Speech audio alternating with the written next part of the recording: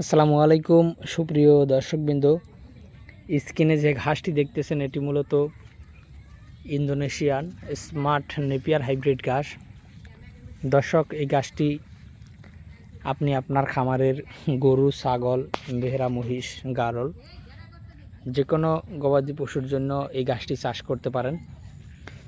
তবে বিশেষ করে যারা ছাগল খামারি কিংবা গারল খামারি তাদের জন্য এই ঘাসটি চাষ করা উচিত আমার মনে হয়। তার কারণ হলো আপনার অন্য যত প্রকার ঘাস বাংলাদেশে রয়েছে সেই সব ঘাসই গরুতে খায় কিংবা মহিষে খায়, কিন্তু আপনার ছাগল কিন্তু সব ঘাস খায় না।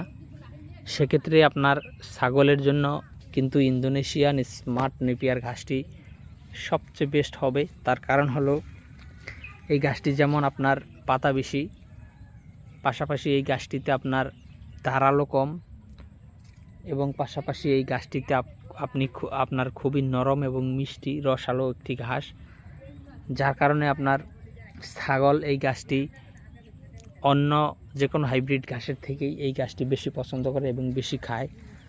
দর্শক বন্ধুরা, আমি প্রথমেই বলেছি আপনার গরুতে সব ধরনের ঘাসই খায়।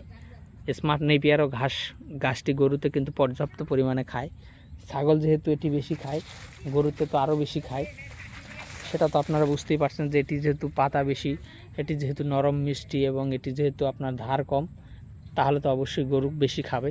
কিন্তু আমি বলছি যে আসলে ছাগল কিন্তু সব ঘাস খায় না, সেক্ষেত্রে গরুর সব ঘাস খায়, কিন্তু ছাগল কিন্তু স্মার্ট নেপিয়ার ঘাসটি খায় প্রচুর পরিমাণে। সেক্ষেত্রে আপনারা ছাগল এবং গারল খামারি যারা রয়েছেন তারা চাইলে এই ইন্দোনেশিয়ান স্মার্ট নেপিয়ার ঘাসটি আমাদের কাছ থেকে সংগ্রহ করে আপনারা আপনাদের জমিতে লাগাতে পারেন। তো দর্শক, সেক্ষেত্রে আমাদের স্ক্রিনে দেওয়া নম্বরে আপনি যদি যোগাযোগ করেন তাহলে চেষ্টা করব আপনার হাতে সুস্থ সবল এবং পরিপক্ক ও ভালো মানের কাটিং পৌঁছে দেওয়ার। তো দর্শক, আজকে এখানে শেষ করব। সকলকে অসংখ্য ধন্যবাদ।